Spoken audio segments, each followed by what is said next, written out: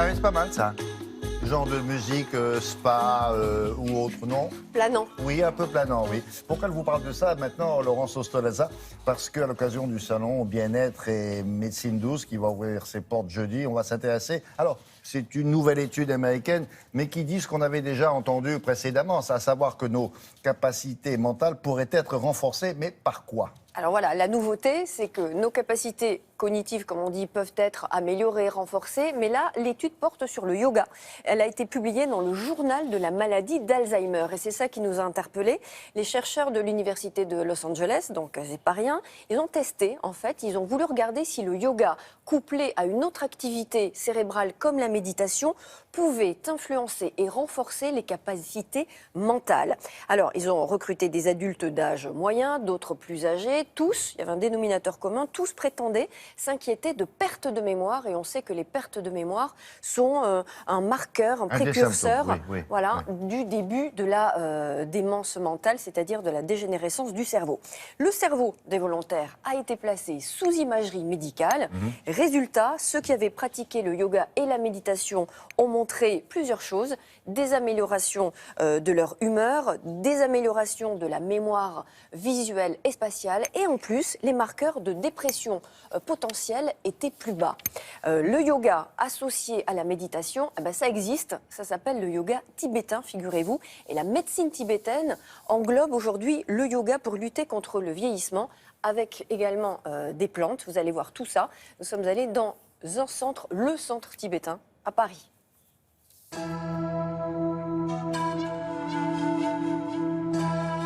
Eh bien, grâce au yoga, vous allez pouvoir améliorer tout le système ostéo-articulaire, en particulier la prévention des chutes, car vous allez développer votre capacité d'équilibre. On sait également que le yoga est bon pour les fonctions respiratoires. Si vous avez des difficultés à respirer, le yoga est très positif.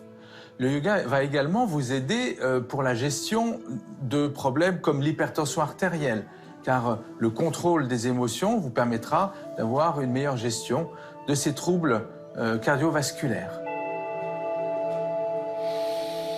Pour les articulations, vous allez développer à la fois la souplesse, vous allez pouvoir développer également la force, vous allez pouvoir donc permettre à l'individu de trouver sa position dans l'espace tout en ayant donc une capacité à se mouvoir avec plus d'aisance.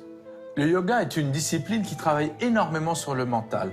On sait que grâce à la pratique du yoga, on va pouvoir gérer le stress avec beaucoup plus d'efficacité. On pourra lutter également contre la dépression.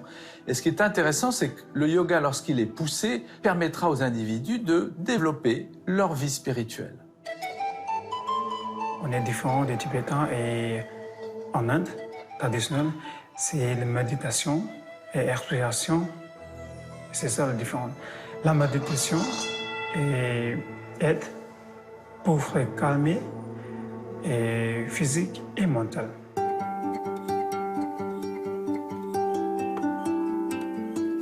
Pour lutter contre le vieillissement, le médecin tibétain propose un cure qui s'appelle l'Om. C'est pratiqué depuis 2500 ans.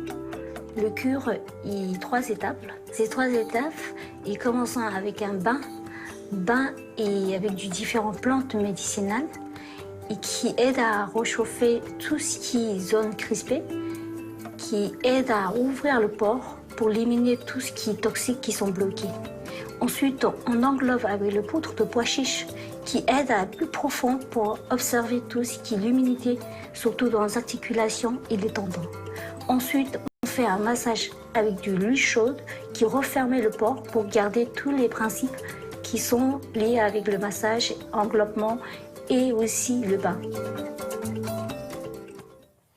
Ça a l'air bien, ça. Ça, c'est le pois chiche enveloppement, c'est tout chaud. Le pois chiche enveloppant. Ah oui, c'est de l'enveloppement, c'est tout chaud. En plus, c'est bon pour les articulations. À propos des articulations, pour revenir au yoga, des articulations en bonne santé avec une pratique du yoga à partir de 50-60 ans. Une flexibilité du corps beaucoup plus importante aussi. Et les effets à long terme, c'est le retard de la perte d'autonomie chez les personnes âgées et également le retard de la survenue de l'arthrite. Alors, quand on voit une séance comme ça, de cette dame-là, sur son dit de douleur.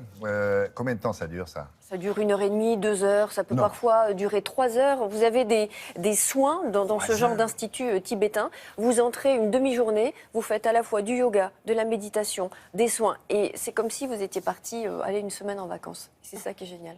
Oui. Ah oui, c'est les ça. vacances autour Non, de mais c'est- soi. attendez, C'est un oui, nouveau c'est ça. concept de On vacances. fait plusieurs activités. C'est pas simplement sur la planche pendant 3 heures. Non, d'accord. Plusieurs activités. Vous allez y passer 4 heures, 5 heures toute la journée aussi.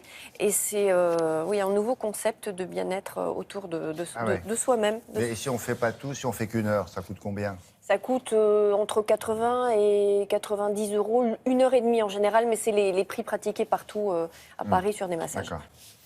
Bien, merci beaucoup. Laurence, allez.